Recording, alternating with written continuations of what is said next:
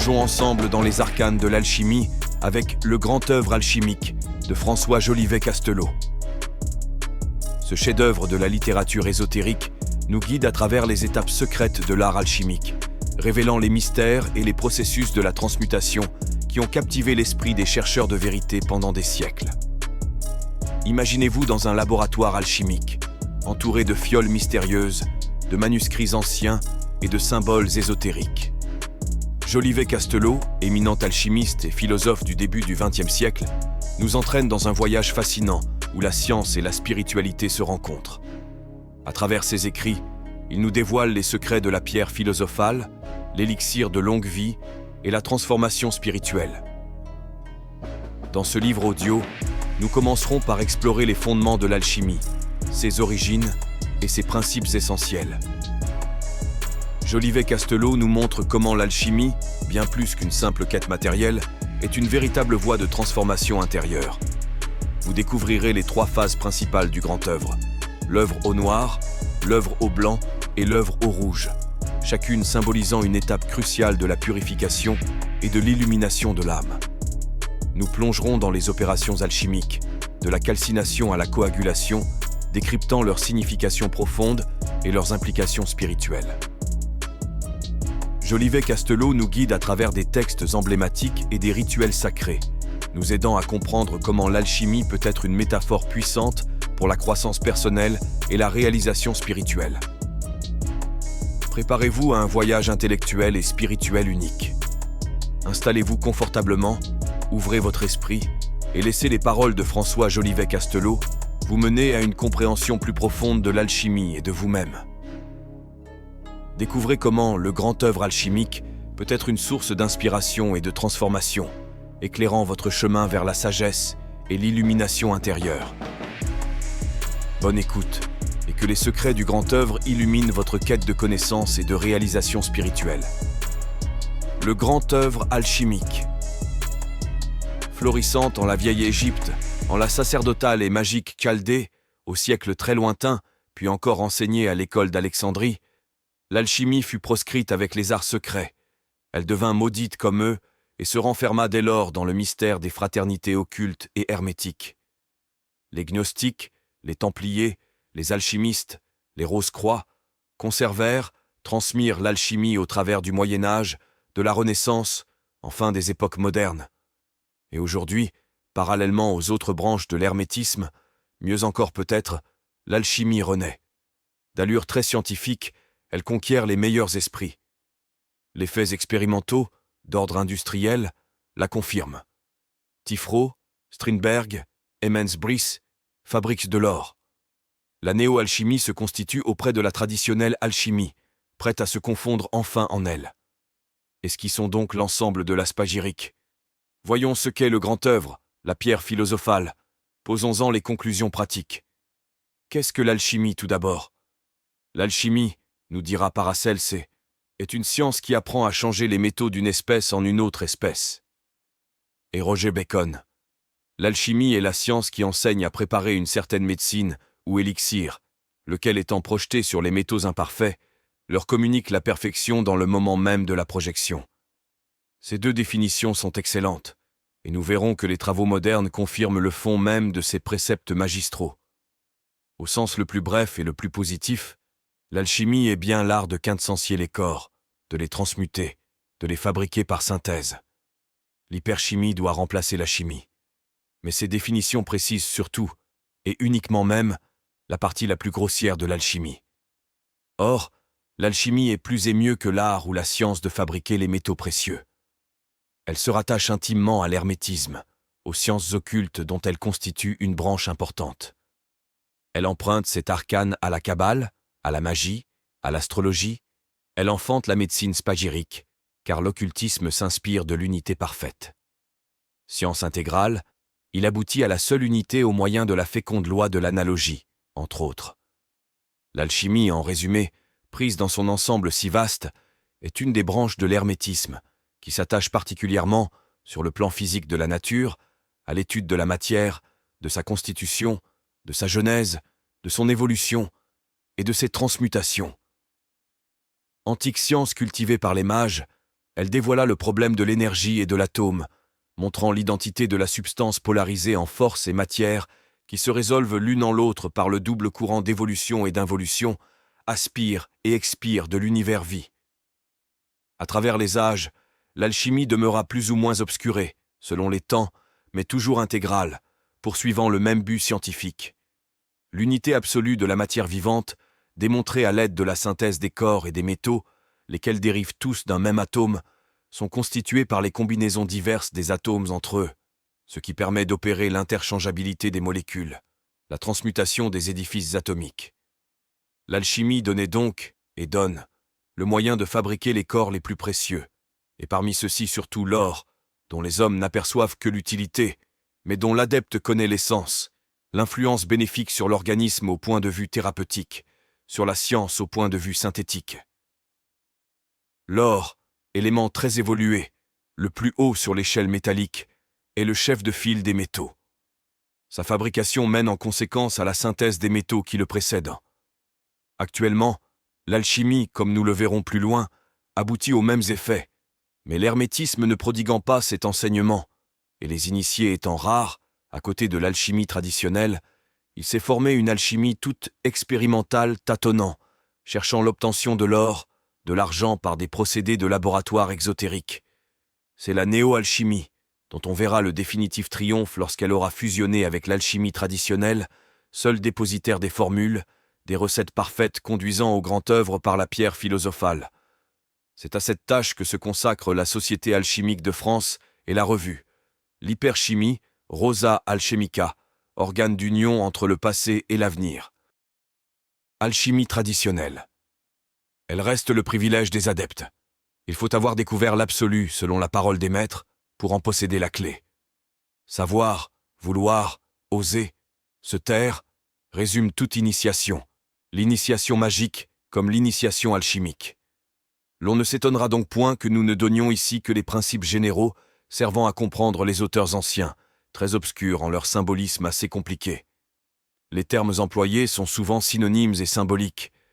Les alchimistes basaient leur connaissance sur le quaternaire des éléments et le ternaire des spécifications actives des corps.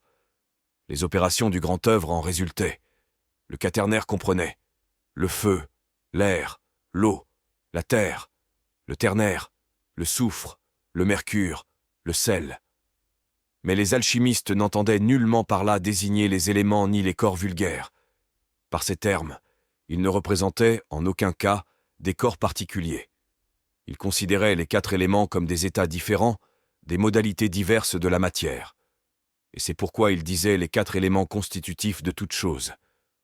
En effet, les éléments, issus de la substance une, de la matière une, dont ils ne symbolisent que des modifications, des formes particulières dues à l'orientation des vortex et des atomes éthériques, les éléments possèdent les qualités principales dont ils sont synonymes.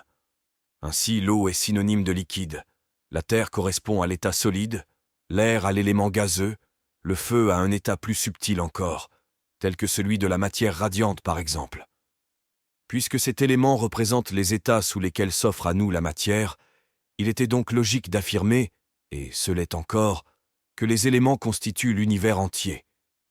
Pour les alchimistes, les mots secs, humide, froid, chaud signifiaient matière solide, matière liquide, matière gazeuse et matière volatile. Aux 4 éléments, on ajoutait souvent un 5e état, sous le nom de quintessence. La quintessence peut se comparer à l'éther des physiciens modernes. Les qualités occultes, essentielles lui appartiennent, de même que la chaleur naturelle appartient au feu, la subtilité à l'air, et ce tra. Les éléments, enseignaient les alchimistes, se transforment les uns en les autres, agissent les uns sur les autres. Le feu agit sur l'eau au moyen de l'air, sur la terre au moyen de l'eau. L'air est la nourriture du feu, l'eau l'aliment de la terre. De concert, ils servent à la formation des mixtes, à la production totale de l'univers. Nous vérifions chaque jour ces préceptes. L'eau se change en vapeur, en air quand on la chauffe. Les solides se liquéfient sous l'action des liquides dissolvants, et du feu, et se tra. Les principes seconds, soufre, mercure, sel, forment la grande trinité alchimique.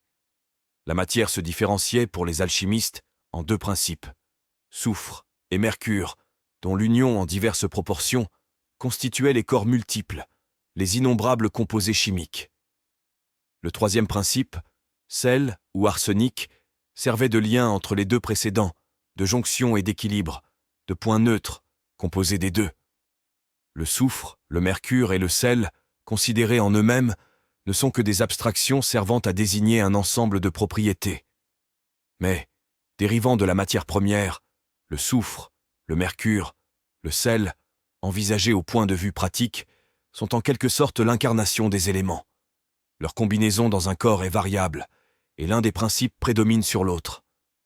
Ils constituent, à l'état de quasi-séparation, la quintessence respective des corps. Le soufre symbolise l'ardeur centrale, le principe interne, actif, l'âme lumineuse des choses. Igné, il renferme le feu qui tend à sortir.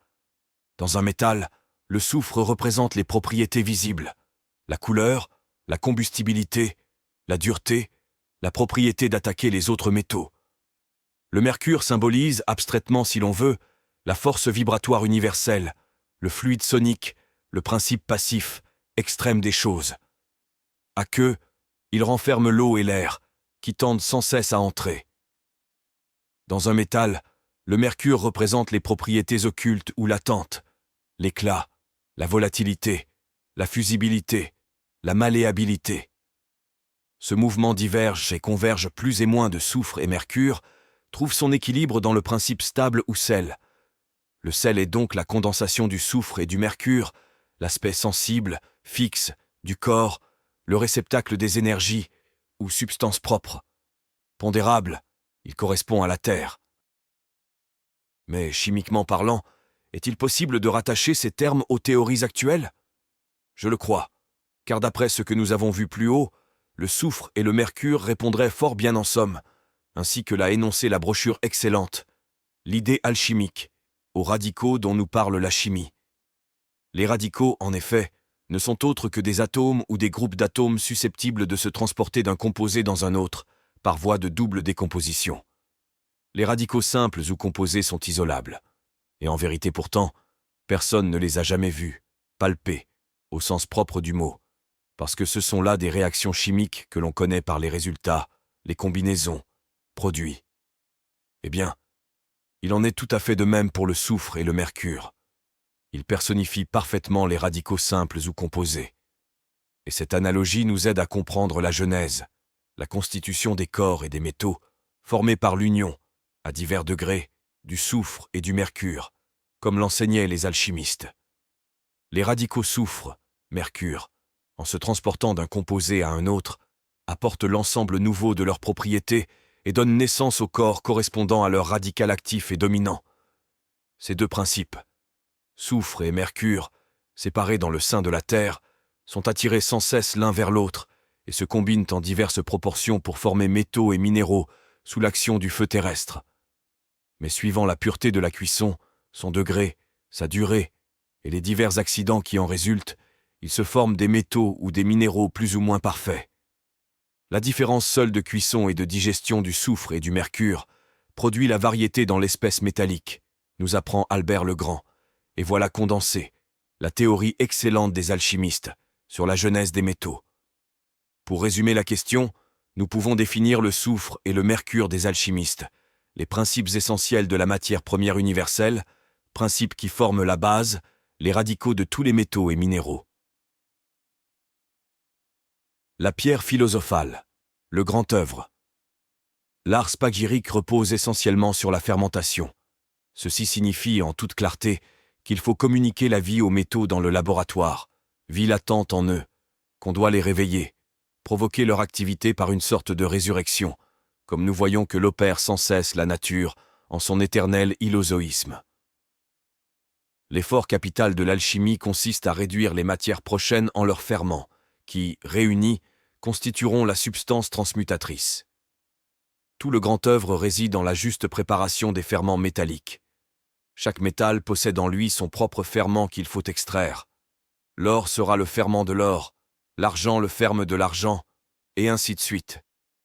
La confection de la pierre s'effectue de cette manière. De l'or solaire, ou soufre secret, on tire le soufre. de l'argent lunaire ou mercure secret. On tire le mercure. Et selon certains alchimistes, du mercure vulgaire ou vif argent, on extrait un sel particulier. Ce sont là des ferments complémentaires, doués d'une activité considérable. L'or et l'argent, seul corps utilisable pour la pierre, préparé en vue de l'œuvre, portent le nom d'or et d'argent des philosophes dans les vieux traités. Le soleil et la lune les symbolisent. On les purifiait d'abord, l'or par la cémentation ou l'antimoine, l'argent par la coupellation, c'est-à-dire le plomb. Le soufre tiré de l'or et le mercure de l'argent constituent la matière prochaine de la pierre. Ce sont là les ferments, les radicaux de l'or et de l'argent, conjoints en sel. Mais comment extraire le soufre et le mercure de l'or et de l'argent des philosophes? Nous touchons ici au grand arcane de l'alchimie et de l'hermétisme. On ne trouvera jamais aucune explication formelle de ce problème, dans aucun ouvrage, car ce secret ne saurait être communiqué aux profanes. Les alchimistes enveloppent d'un symbolisme obscur, pour les non-initiés, ce chapitre mystérieux de la science. C'est au moyen du dissolvant, du menstru, de l'azote extrait de la magnésie que l'on tire le soufre et le mercure de l'or et de l'argent. Qu'est-ce donc que l'azote? Quelle est cette magnésie étrange? D'où provient l'azote? Laissons seulement pressentir qu'il s'agit de la lumière astrale que l'adepte doit savoir manier et attirer.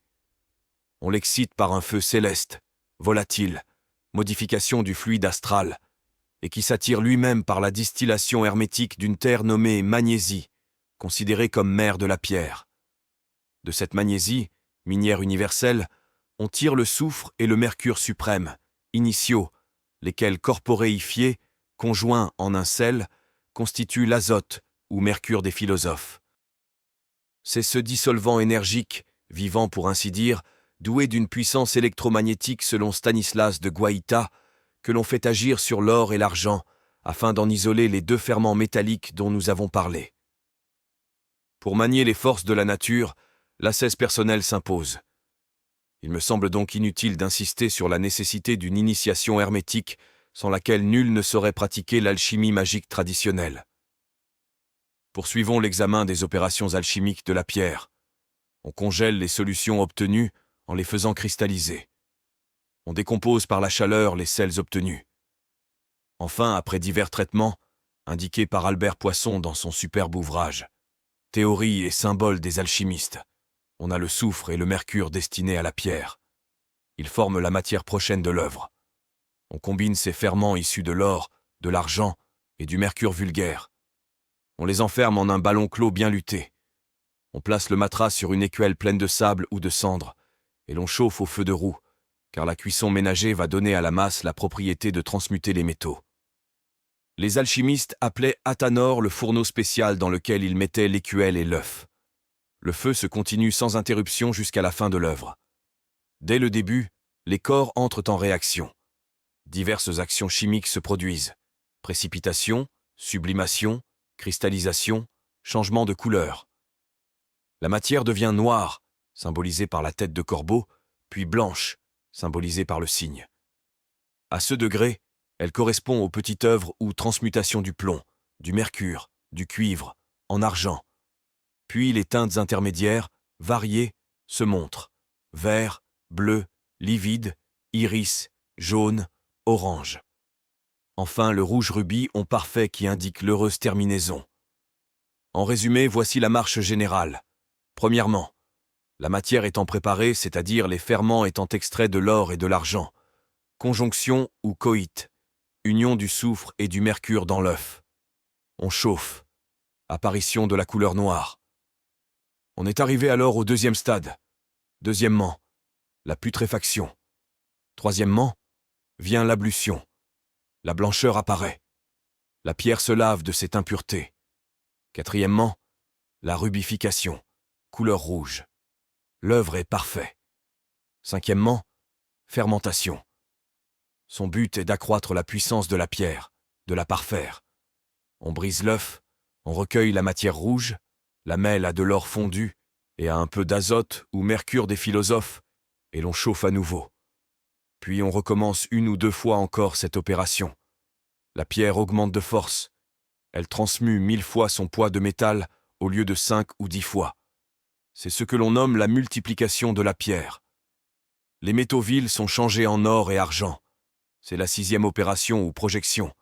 On prend un métal, mercure, plomb, étain, on le fond, puis dans le creuset où se trouve le métal chauffé, on projette un peu de pierre philosophale enveloppée de cire. Après refroidissement, l'on a un lingot d'or, égal en poids au métal employé, ou moindre suivant la qualité de la pierre. L'élixir rouge ou grand magistère se présente sous la forme d'une poudre rouge éclatant et assez lourde. Nous ne saurions mieux définir cette poudre qu'en l'assimilant à un énergique ferment qui provoque la transformation moléculaire des métaux, absolument comme un ferment change le sucre, en acide lactique par exemple. Dès lors, pourquoi s'étonner de voir accorder à la pierre philosophale la propriété d'agir à dose infiniment faible, et les alchimistes assurer qu'un grain de pierre peut convertir en or une livre de mercure. Le ferment agit aussi sur les matières organiques à dose infinitésimale. La diastase transforme en sucre 2000 fois son poids d'amidon. Rien de mystérieux donc dans le rôle chimique et vital de la pierre philosophale. Propriété de la pierre philosophale. Tous les hermétistes sont unanimes quant à ce point. Cet élixir parfait est une poudre rouge, lourde, transformant les impuretés de la nature. Il fait évoluer rapidement, ce que les forces naturelles mettent de longues années à produire. Voilà pourquoi il agit, selon les adeptes, sur les règnes végétal et animal, aussi bien que sur le règne minéral, et peut s'appeler médecine des 3 règnes, nous dit le grand et illustre maître Papus dans son traité méthodique de sciences occultes. La pierre philosophale jouit de 3 propriétés générales. Première, elle réalise la transmutation des métaux vils en métaux nobles, du plomb en argent, du mercure en or, et transforme les unes en les autres les substances métalliques. Elle permet aussi de produire la formation des pierres précieuses, de leur communiquer un éclat splendide. Deuxième, elle guérit rapidement, prise à l'intérieur, sous forme de liquide, toutes les maladies, et prolonge l'existence. C'est l'or potable, l'élixir de longue vie, la panacée universelle. Elle agit sur les plantes, les fait croître, mûrir et fructifier en quelques heures. Troisième, elle constitue le spiritus mundi et permet à l'adepte de communiquer avec les êtres extraterrestres, de composer les fameux homuncules de la palingénésie. Les Rose-Croix possèdent ce triple privilège de la pierre philosophale, et comme tels sont les illuminés, thaumaturges et alchimistes. Ces propriétés de la pierre, conclurons-nous avec le docteur Papus, n'en constituent qu'une seule, renforcement de l'activité vitale. La pierre philosophale est donc tout simplement une condensation énergique de la vie dans une petite quantité de matière, et elle agit comme un ferment sur le corps en présence duquel on la met. Il suffit d'un peu de pierre philosophale pour développer la vie contenue dans une matière quelconque. La néo-alchimie. La néo-alchimie se propose de rattacher la chimie à l'alchimie, en montrant l'identité du but poursuivi, en ce sens que la synthèse universelle et l'unité de la matière première ressortent de l'une comme de l'autre. La chimie n'est que la partie grossière et inférieure de l'alchimie. Elle ne vivra qu'en se reliant à elle, à l'alchimie qui l'amènera vers les principes. L'alchimie et la chimie ne sont sœurs ennemies que pour les savants officiels. En réalité, elles doivent fusionner, car la chimie est la fille de l'alchimie et elle lui emprunte ses meilleures théories. La synthèse raisonnée des corps, des métaux, voilà surtout le lien qui sert de trait d'union entre la chimie et l'alchimie. La synthèse, voilà le fait sur lequel repose la néo-alchimie, science expérimentale, corroborant de plus en plus chaque jour la doctrine hermétique, aux yeux des modernes avides de réalisations industrielles utilisables. La néo-alchimie ou mathèse chimique, union des extrêmes, analyse et synthèse en une vivante réalité que je tends à constituer pour ma part, depuis plusieurs années déjà, s'appuie sur les principes mêmes de la chimie qu'elle confronte sans cesse avec les doctrines des alchimistes afin de prouver l'identité des 2 enseignements au point de vue expérimental et positif. De cette manière, on pourra élucider, grâce à une méthode impartiale et rigoureuse, les problèmes de la composition de la matière, de son unité, des atomes et des molécules, de la genèse et de l'évolution des corps. La néo-alchimie doit démontrer l'exactitude des opérations du grand œuvre, dans la mesure du possible, la profondeur des doctrines alchimiques quant à l'étude de la matière, de son animation et de ses transformations. Et pour cela, elle inspire les travaux chimiques, les théories modernes, les ramène à leur expression dernière qui est bien du domaine de l'alchimie traditionnelle. La chimie actuelle, en son ensemble, n'est qu'un balbutiement. Les chimistes ordinaires sont de simples garçons de laboratoire. Jamais ceux-là ne parviendront à découvrir la genèse intégrale des corps, le maniement de l'agent universel, avec l'aide de qui se réalise la pierre philosophale. Et dès lors, tout ce que l'alchimiste peut tenter, c'est ceci. Expliquer aux savants le sens véritable des théories chimiques des expériences, des synthèses, guider dans leurs recherches, leur assurer et leur montrer, grâce aux procédés de la chimie vulgaire, que l'on peut parvenir à la démonstration des doctrines alchimiques, savoir l'unité de la matière, la fabrication industrielle des corps chimiques, la synthèse des métaux. Mais la confection de l'or philosophal, cet or supérieur à l'or chimico-physique connu, restera toujours une énigme, privilège des seuls adeptes, fidèles à leur serment de silence. L'unité de la matière est indéniablement prouvée par les phénomènes de l'isomérie et de l'allotropie des corps prétendus simples et composés. Il serait hors de propos d'entrer ici en de nombreux détails trop techniques. Contentons-nous donc seulement de faire remarquer que l'allotropie des corps soi-disant simples démontre que, en réalité, ils sont composés tous d'une même matière, des mêmes atomes diversement groupés, résultant d'une inégale condensation de particules éthériques. Les éléments chimiques sont polymères les uns des autres, à partir du plus léger sans doute, hydrogène ou hélium.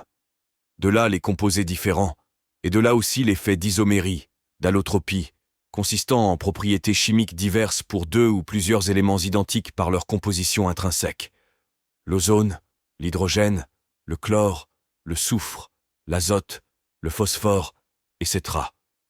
Et parmi les métaux, le zinc, le fer, le nickel, le cobalt, l'étain, le plomb, l'argent et l'or présentent des états moléculaires multiples, différents, allotropiques en un mot.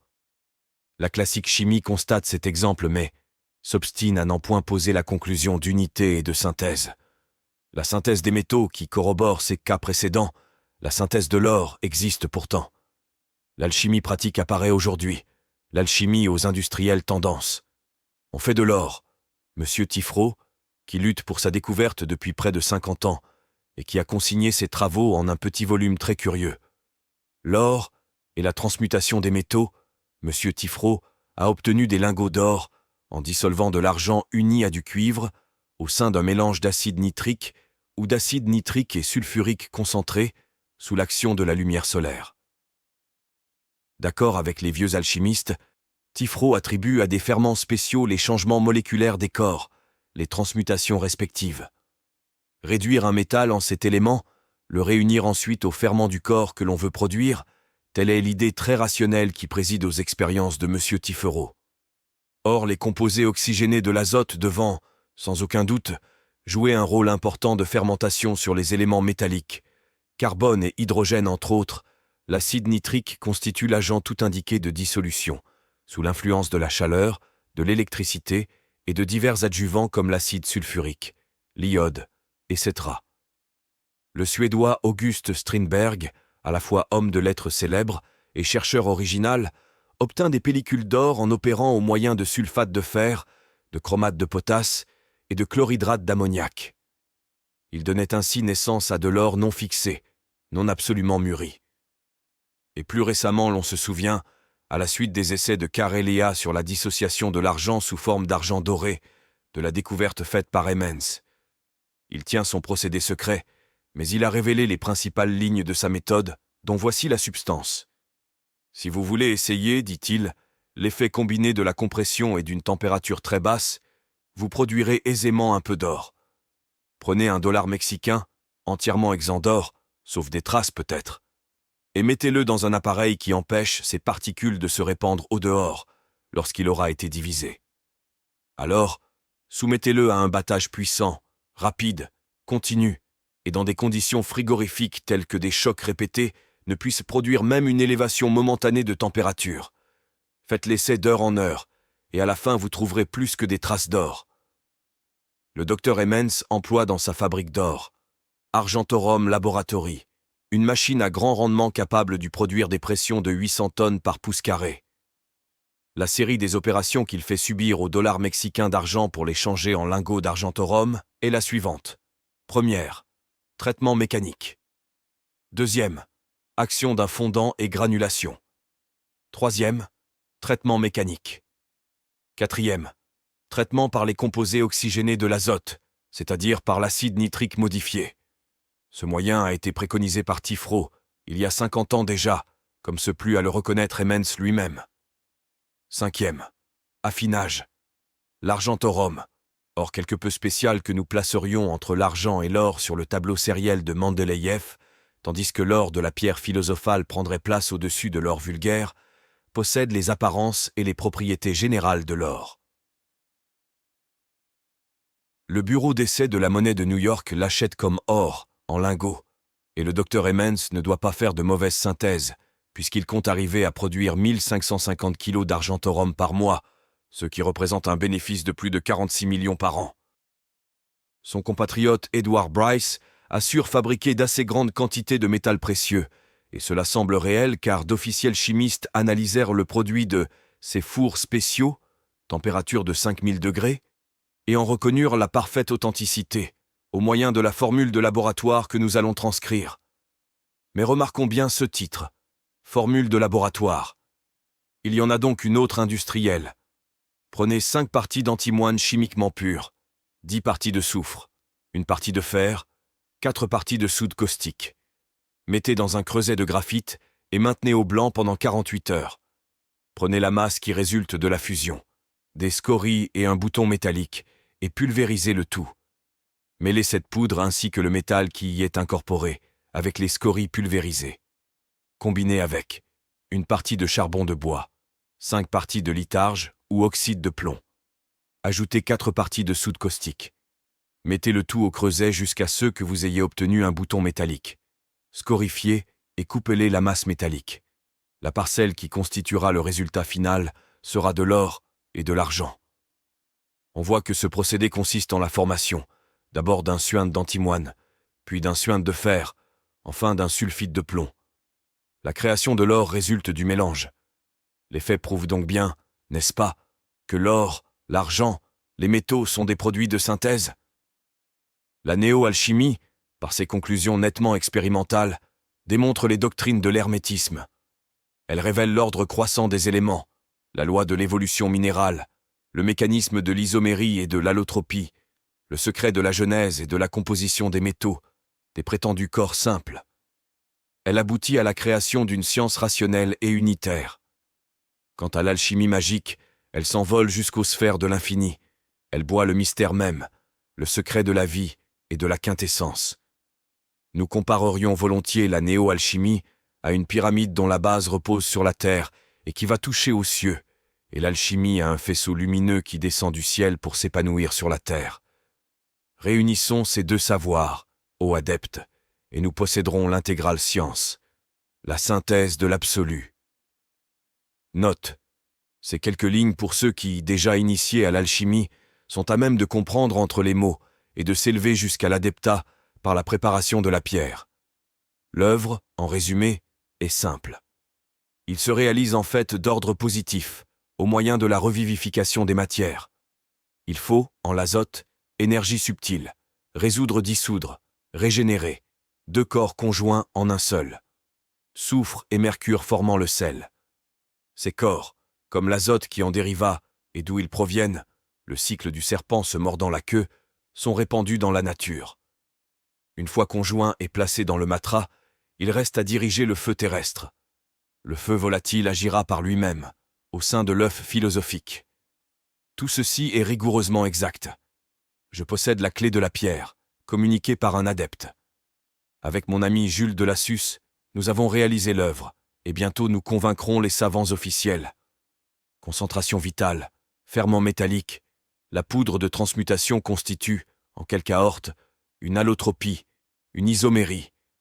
Elle agit et transmute en or les métaux imparfaits, par une énergique fermentation. J'affirme que tout le secret de la pierre tient en ces lignes, et que nul alchimiste n'a jamais révélé l'œuvre en moins de phrases, et d'une façon aussi complète. La vie de la matière. Le bulletin de la Société astronomique de France de novembre publie un travail de M. Charles-Édouard Guillaume, physicien du Bureau international des poids et mesures, sur la vie de la matière. Ce rapport fut lu à la séance du 7 mars 1900 de la Société astronomique. Le savant physicien base son étude sur cette formule qu'il nous a empruntée textuellement, ce dont nous sommes très fiers. La matière est une, elle vit, elle évolue. Placé en vedette à la première page de la revue L'hyperchimie et de mes ouvrages, La vie et l'âme de la matière, paru en 1894, L'hylozoïsme, l'alchimie, en lesquels, d'ailleurs, elle est amplement développée. Il reconnaît que, partant de là, si la science officielle considère encore la transmutation comme une opération au-dessus de nos moyens, on n'est pas éloigné d'admettre que le passage d'un élément à un autre soit une opération possible dans le sens absolu du mot. Comment expliquer la parenté évidente des corps chimiques, de ceux que nous nommons les corps simples, si l'on n'admet pas une souche commune? Tout nous dit que les éléments forment des familles, et il faudrait nier l'évidence pour affirmer qu'ils sont entièrement distincts. Si nous ne nous faisons pas d'illusions, ajoute-t-il, quand nous affirmons que l'atome a pu être séparé en des éléments semblables quelle que soit la matière d'où il émane, nous touchons au rêve des alchimistes. Mais le seul fait que l'on a pu raisonnablement avoir recours à cette théorie montre combien la croyance à la complexité de la matière est devenue chancelante. Si M. Charles-Édouard Guillaume veut bien prendre la peine de feuilleter à nouveau l'hyperchimie, ainsi que mes différents ouvrages, entre autres La vie et l'âme de la matière, publié il y a 7 ans, L'hylozoïsme et Comment on devient alchimiste, il reconnaîtra, j'en suis convaincu, la valeur scientifique de mes propres idées. Je ne les défends pas ici par sotte vanité personnelle, mais seulement en l'honneur de la doctrine hermétique et alchimique. Or, depuis 7 ans j'écris ceci, et je le démontre. Il ne peut y avoir de corps simple, car il n'y a pas de création distincte. Tout évolue insensiblement, tout vit. Les éléments chimiques sont les espèces minérales, aussi peu fixes que les espèces animales ou végétales qui en dérivent, et provenant également d'une souche primordiale par transformation. La transmutation des éléments chimiques constitue leur évolution particulière et générique. L'évolution est un changement progressif. La sélection naturelle, l'influence des milieux, la lutte pour l'existence agissent sur les éléments chimiques, sur les corps, les atomes, les molécules, les cellules, sur toute la matière vivante. Le transformisme organique, zoologique et végétal admis, il faut d'ailleurs bien découvrir le transformisme minéral. La loi d'unité gouverne l'univers, des soleils aux atomes. Le transformisme chimique repose sur des faits nombreux. Et je prétends les avoir mis en lumière, voir comment on devient alchimiste, partie, pratique. Les phénomènes d'allotropie et d'isomérie qui démontrent irréfutablement l'unité de la matière peuvent s'expliquer au moyen de la sélection sexuelle atomique et moléculaire, car les différences, les divergences, les variations résident dans la même espèce minérale. Elles sont très voisines. Elles indiquent la transition qui doit exister d'un genre chimique à l'autre. Les changements progressifs des éléments chimiques divers et plus complexes sont attribuables, eux sans doute, à la sélection naturelle qui conserve les types à caractère le plus avantageux dans la lutte pour l'existence des éléments chimiques. Exemple de sélection sexuelle. Les phosphores, or, argent, nickel, fer, soufre, oxygène, carbone, etc., allotropiques varient sous l'influence d'une sorte de sélection sexuelle différenciant la même souche. Exemple de sélection naturelle. Les séries évolutives, progressives, chlore, brome, iode, fluor, ou bien oxygène, soufre, sélénium, tellure, etc. Azote, phosphore, arsenic, antimoine, se polymérisent et se condensent sériellement sous l'influence de la sélection naturelle qui agit sur l'ensemble des types, sur les grandes familles d'éléments, et facilite ainsi l'évolution générale par larges étapes. L'hérédité des atomes, des molécules, transmet les propriétés acquises et fixe les chaînons intermédiaires. Mémoire de la matière. En résumé, les corps chimiques les plus élevés descendent des corps chimiques condensés primordiaux, de même que l'homme et les quadrumanes proviennent des formes animales antécédentes. L'or descend de l'argent, par exemple, comme l'homme descend du Pithecanthropus. J'ai tenu à fixer en ces quelques lignes la théorie concise de l'évolution minérale et à renvoyer aux sources mêmes, car si je suis heureux de voir des savants tels que M. Charles-Édouard Guillaume y adhérer aujourd'hui, au nom de la science officielle, je serais désolé que l'on oubliât que cette doctrine unitaire sort des fraternités initiatiques, rosicruciennes et alchimiques. Le grand œuvre alchimique de François Jolivet-Castelot nous plonge dans les profondeurs fascinantes de l'alchimie, en nous dévoilant les secrets anciens de la transformation spirituelle et matérielle. Cet ouvrage essentiel explore les différentes étapes du grand œuvre, l'art alchimique par excellence, et déchiffre les symboles et les processus complexes qui ont conduit les alchimistes à rechercher la pierre philosophale. Castelot, avec une clarté remarquable, nous guide à travers les mystères de cette science sacrée, révélant comment chaque phase de l'œuvre symbolise une transformation intérieure, aussi bien qu'une transformation matérielle. Ce livre n'est pas seulement un manuel technique, mais une réflexion profonde sur la quête de perfection et de sagesse, offrant une compréhension précieuse des principes qui ont animé les chercheurs de vérité à travers les siècles. Si cette exploration du grand œuvre alchimique a éveillé votre curiosité et enrichi votre compréhension, nous vous invitons à poursuivre cette aventure avec nous. Abonnez-vous à notre chaîne pour découvrir plus d'ouvrages fascinants sur l'alchimie, les sciences sacrées et les traditions ésotériques.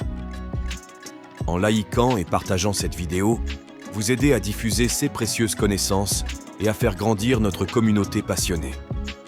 Pour nous soutenir dans la production continue de ces contenus uniques, pensez à nous soutenir sur Tipeee. Votre soutien est crucial pour maintenir ce projet de diffusion de savoir et permettre à d'autres de bénéficier de ces enseignements. Merci de votre écoute et de votre soutien. Que les révélations de François Jolivet-Castelot vous inspirent et vous accompagnent dans votre propre quête de vérité et de transformation. Ensemble, continuons à explorer les profondeurs de l'alchimie et à partager cette richesse avec le monde.